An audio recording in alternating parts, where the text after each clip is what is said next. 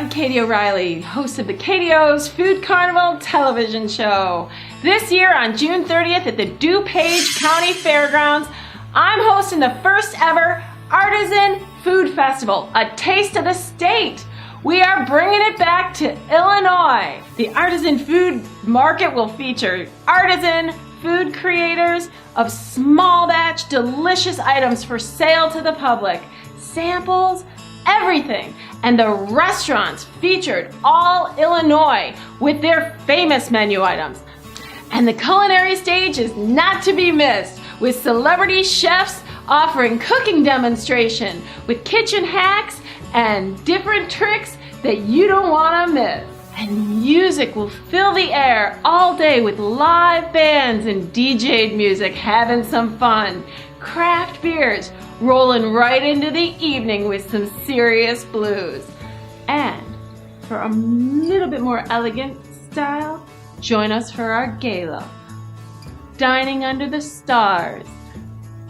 7 courses designed by me. The Artisan Food Market will feature artisan food creators of small batch, delicious items for sale to the public, samples, everything. And the restaurants featured all Illinois with their famous menu items in tasting portions. Admission is $5 at the gate or free with advanced registration. Go to artisanfoodfest.com to get tickets today. Artisan food producers and restaurants may sign up to be a vendor at artisanfoodfest.com or call 773-941-7753 for more information. Dip my shrimp. Much for joining for tasting time.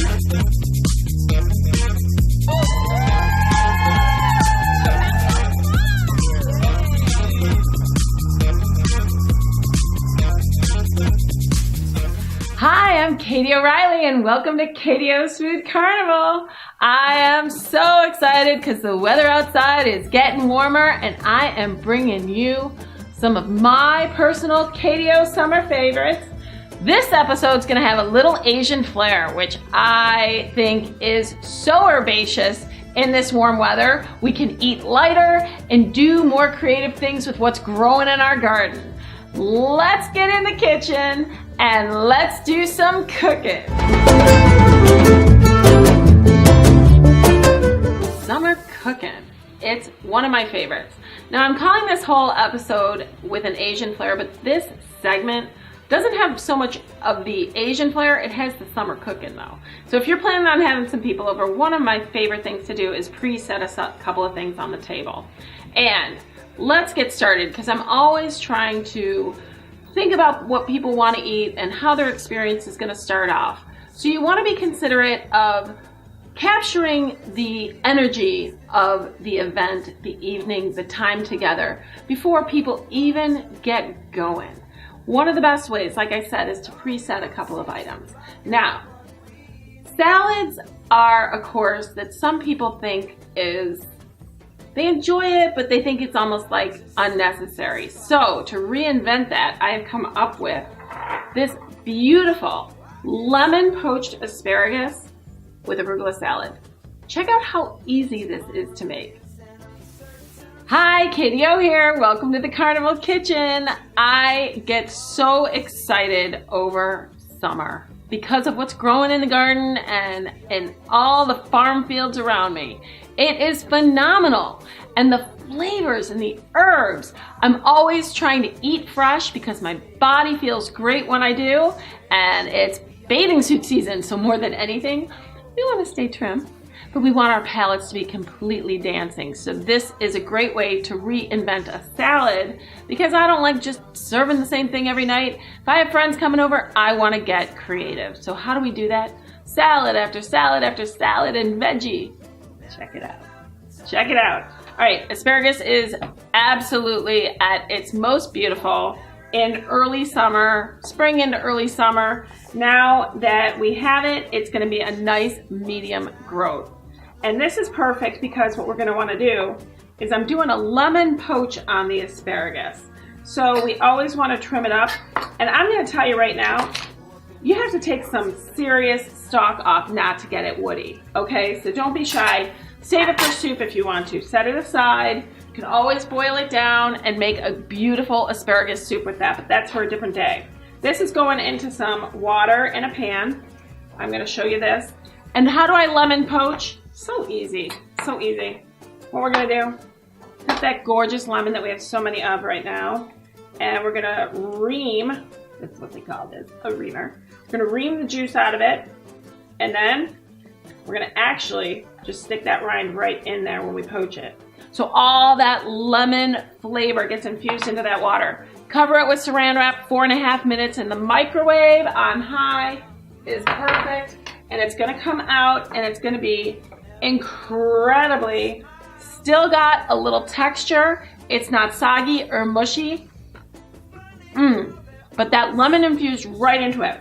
Stick it in the fridge. If you wanna keep it real green, dunk it right into an ice bath. And I've got it actually going on in my cookbook, so feel free to go and read the recipe in more detail and you'll love it. But this is perfect. Lemon poached asparagus is one of my favorites. What are we gonna do to recreate it? Arugula. Young arugula is honestly, it's the most peppery. This is just fresh arugula from my garden. So I picked it, cut it off, put it right in, washed it real well, put it right in here. What am I doing? I have mixed olive oil, a little garlic salt, and fresh lemon juice right into this. Shake it up right before your guests are coming over. This is what I want you to do. Dress that arugula. Arugula and lemon become peppery, zesty.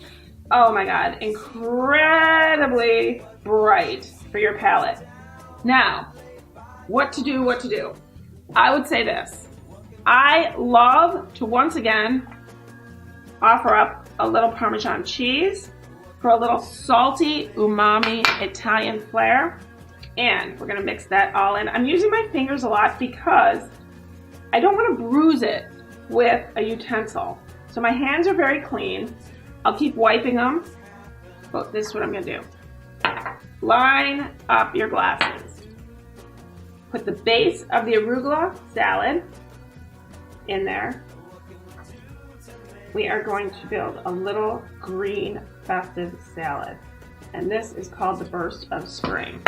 And I just named it, so there we go. All right, I would say most people want about, depending on how thick your asparagus is, let's just bury it in there, prop it up. Look, it looks like it's growing right out of there. How fun is that? Let's say maybe 6 pieces if they're small and tender. And then we can top it. Let's do both. Another 6, that's 5. So cute, fun. A little bit more arugula to kind of base it. Oh, how much are we loving this? Your guests are gonna absolutely be wowed by you. And the guests can just be your kids, your husband, your family, your dog, whoever's your guest, your neighbor, staring across the fence. Grilled lemon. Slice your lemon, throw it on the grill quick. That adds an amazing sweetness to that lemon, so the rind becomes something that's actually quite edible. Then a little bit of shaved Parmesan on top, and you have yourself such an amazing treat. I love it. Let's keep moving. Now the best thing about this salad is people can eat asparagus with their fingers. Jackie O declared it, from etiquette perspectives, very politically correct. So protocol dictates we can use our fingers. And the nice thing is once you get through that beautiful, crunchy, lemony asparagus, you get to this arugula. It's peppery. And I dress it without lemon dressing. And Parmesan. Herbaceous, palate building. It gets your taste buds excited. It's almost like an amuse-bouche from the garden. And then, what do we want to do with our roll? I know Asian diets don't have rolls, but I love a roll in the summer. Pretzel roll. Let me show you how easy it is. You can go buy them and bring them up a notch. Hi, Katie O here in the Carnival kitchen, and so many people claim that they're low-carb dieters. However, I am such a huge fan of bread, and pretzel rolls are everybody's favorite. It's the first thing everybody grabs out of the bread basket, I swear. So half the time I just decide for you and I say, you're getting a pretzel roll. And it's the best. Whether or not you want to just go buy them or make them yourself, I don't know. There's so many good ones on the market. And I'm going to tell you a trick. If you go buy them, let's make them kind of like a little twist of your own on them. And gorgeous pretzel rolls, fresh. Okay, so we want to make sure they're fresh. What we're going to do is take a little melted butter. And this is unsalted butter. Take your brush, just brush them slightly. And then that coating of butter is going to make our beautiful sea salt adhere right to the top. You can stick these in the oven if you need to. It depends on how fresh they are. Just a 400 degree oven, 3 to 5 minutes. Do not let them get too much crispier than that. Okay, we're gonna switch plates because this is what we're gonna do. This is our whipped unsalted butter.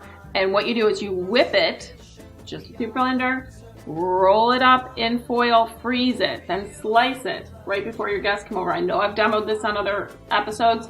So you slice it, and once it's sliced, you take your pretzel roll, a little colorful Celtic or volcanic salt, get that, and a little floral garnish. Look at that. That can be a gorgeous way to start to set your table. Have that preset as your guests are coming over, and your garden is coming alive on your table. Scream summer. Then your guests are sitting there, they might have their cocktail, and they are just nibbling on this beautiful, fresh pretzel roll with incredibly delicious butter. All right, so let's dive in. I'll be right back with some serious Asian items. What can we do to make this happen? Hi, I'm Katie O'Reilly. Welcome to Katie O's Food Carnival Kitchen once again. We are going with one of my all-time favorites. In the summer, I eat light. And one thing I crave when people ask me some of my favorite food, if I'm going Asian, sushi.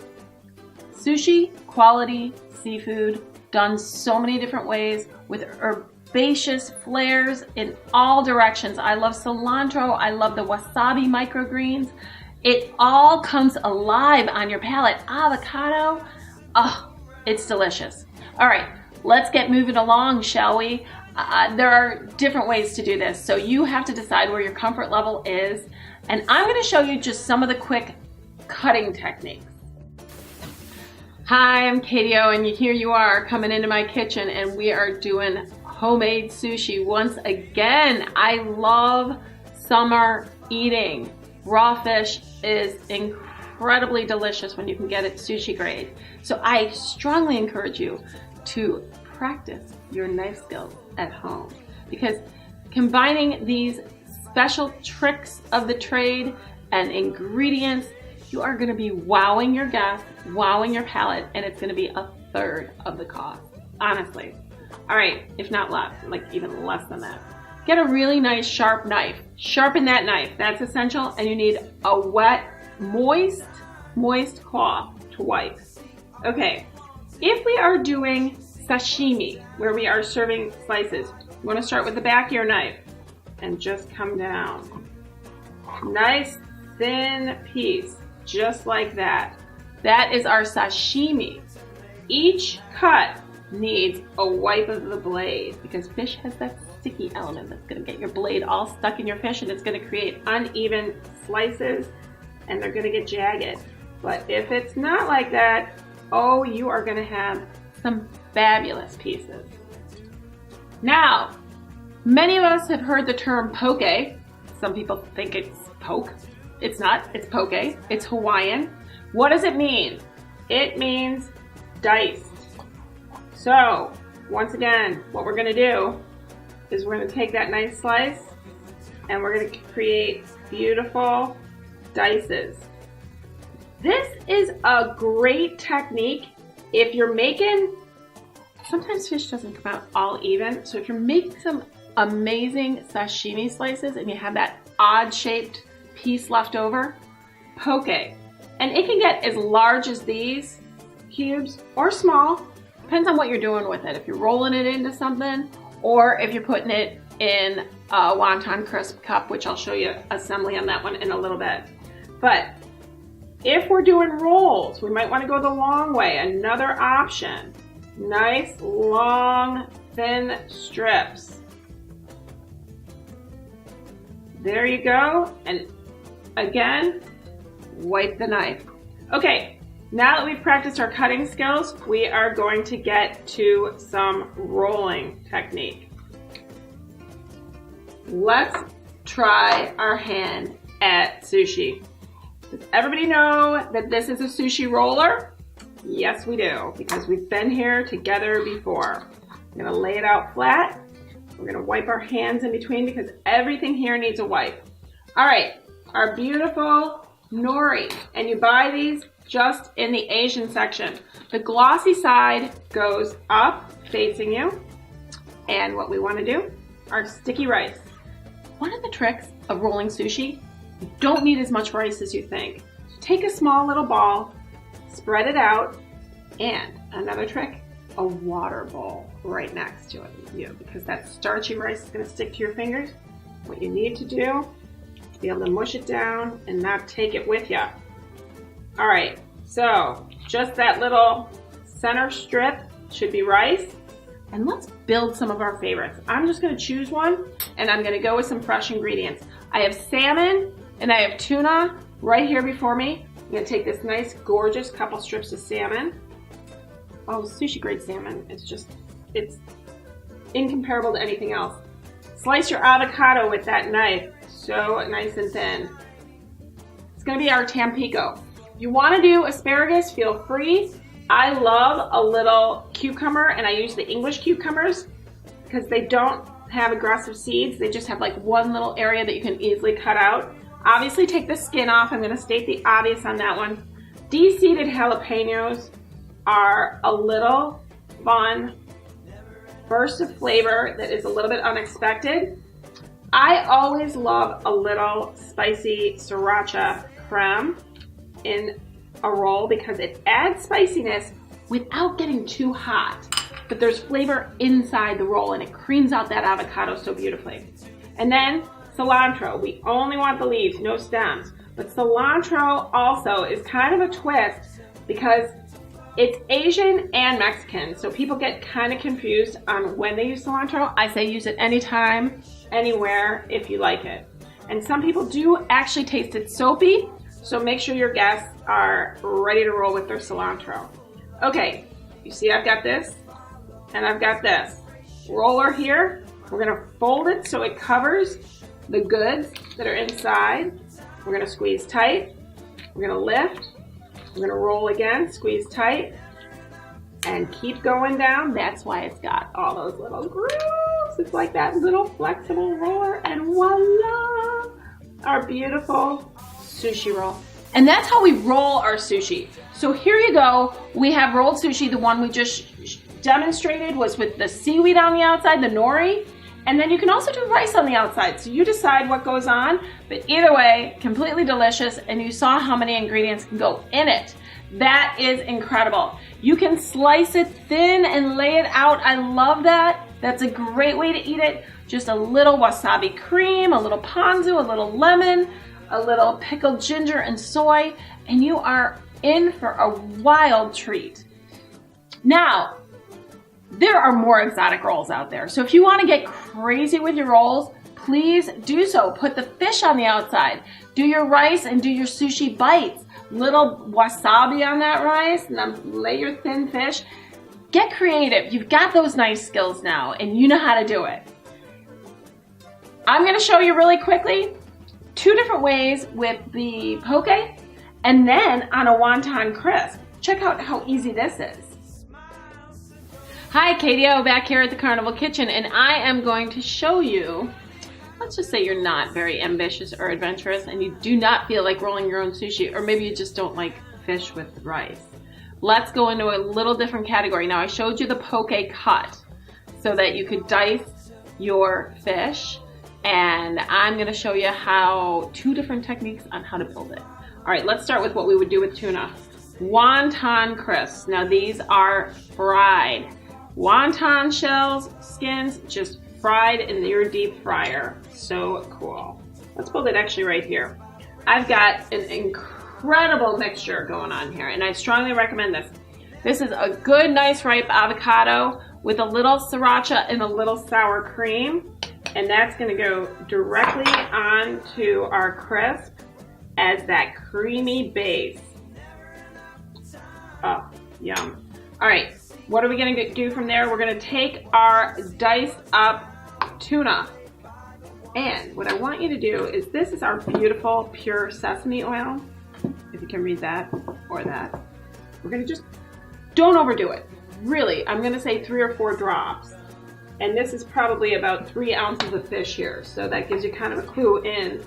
And I'm gonna take, sorry, let me just grab another spoon. Okay. We're gonna stir that all up. We just wanna lightly coat it. If you go heavy on that sesame oil, it's going to throw your palate into a way different direction. We're gonna take this glazed tuna, pile it on high because that's delicious. I would say also a couple sprinkles of sesame seeds, a little jalapeno that's been de-seeded, we know, and cilantro. Herbaceous, beautiful Asian flair. Okay, don't want fried? Bake your wontons over a muffin tin, a wonton cup. This time I'm going to do it with a little salmon. This is going to be similar to our salmon Tampico roll that we just built up before. Do a touch of ponzu. Now ponzu is a citrusy soy, and I like a little bit goes a long way. So remember that. You can do panko with a little, I love it with just like a little bit of that chili oil, that hot Asian chili oil. So delicious. We've got some diced avocado going on here. And these are just little mini cubes, as you can see me building. Nothing to overwhelm. And then take that jalapeno, and let me just show you. What you're gonna wanna do is cut it down even finer. I know this is like already super thin and beautiful, but we want just like a little bit. It's not spicy. What it's got a little like peppery enhancement, but it's not spicy. And if you do want extra freshness, which we are really building a cup here, so you know, I get ahead of myself sometimes because I like all flavors in one, so you don't have to do it all. But those are our 2 items. Now we can do different sauces. I like sriracha creme on top of our tuna because it definitely works on what we just did with our avocado. And then on our Tampico, I've made a cucumber jalapeno sour cream. And this is really incredibly bright and delicious. There we have it. Incredible treats for your guests. And here we are, and we get that incredible tuna on that wonton fried crispy.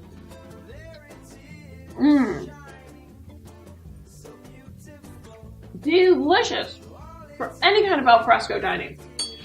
That is phenomenal. Of course, being the glutton, I love to load things up. And that wonton cup. You hear that crunch? Exotic but recognizable, all at the same time. And you feel amazingly energized eating all of this food. Now let's just say like people aren't that into eating totally raw.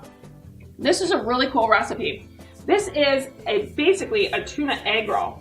And I'm gonna show you right here that I've sliced it. It's a piece of tuna wrapped in basil, then in the wonton, stuck in your deep fryer. Now, if you want to, you can cook it pretty thoroughly. You can keep it pretty rare too. Cut your fish thicker. But you decide, and I've put it on an incredible bed of heirloom tomatoes. And then I got a little exotic, and I got a pepito melon, which is new on the market. It's not a new fruit, it's just new to our marketplace. And it's kind of almost an eggplant melon flavor. Not a real heavy flavor, but it adds some intriguing texture. And I've put a honey, rice wine, and chili dressing on this, spicy chili. That's the beautiful salad I serve it with. And then the basil's inside. And that egg roll is incredible. Tuna and basil. I love to just slice my fish, but one of the things I like to also do is highlight it with some oshinko. So if you go to your Asian market, get some of these incredibly colorful, crisp little Asian pickles. And it's gonna be an item that's fermented and it's got that element that just intrigues your palate. It takes it a level beyond just the pickled ginger. All right, we are actually going to start cooking a little bit of food. Be right back. Hi, Katie O. Welcome back to the Carnival Kitchen. All right, now we've moved away from our fish, but we're sticking with that lighter fare because in summertime, we want to keep that svelte figure, right? Right. We also don't want to heat up our kitchens too much or like blaze out our bodies with some steamy hot food. So I've got some cool ideas for you. Let's start over here with this exotic dish. Now this is a Thai coconut eggplant. And I have the recipe in my cookbook for Thai coconut shrimp. Can be done the exact same way, however, make it with eggplant, another variation. What we like to do is start with a Penang curry paste. This is something that can be easily done. We poke our eggplant, I've shown it in several episodes, and marinate it in that Penang curry mixed with coconut milk for over 12 hours in the fridge if we want to. Simply reduce that sauce, add a little bit of salt, a little curry, and a little bit of just some lime zest in there, and it's delicious. When it comes out, it is all mixed together so beautifully. I top it with crispy onions or shallots and little red pepper for color, little micro cilantro because it's growing in my garden. That is beautiful. And like I said, recipe is in the cookbook, so have at it, but it's a delicious summer dish. And those spices just get really exotic in your mouth. A chicken larb salad is a Vietnamese salad, and it can be served warm, but it also is served kind of room temperature. And what it is a mixture of herbs. It's so easily done, and the herbs are cilantro, shallots, ginger, garlic, all mixed together. Do a little red pepper in there. What you want to do is just saute up your turkey or your ground chicken in advance, let it cool down, mix your herbs all together like a salad, and then the dressing is just fish sauce and a little soy sauce and a little bit of lime juice, and it brightens your whole palate. Right before you're about to serve that, mix it all together. Then we can garnish. And the beautiful thing is that we can either serve it as a salad with the accoutrements on top. I love to top it with fresh mint, Thai basil, pickled jalapenos, cucumbers, whatever suits you. Or you can make it into an actual lettuce wrap. But either way, this zesty, beautiful salad has so much texture and brightness because of the layers of flavors with that fish sauce and the lime. Very well balanced. Edamame. Oh my God, just steam them, salt them. Perfect.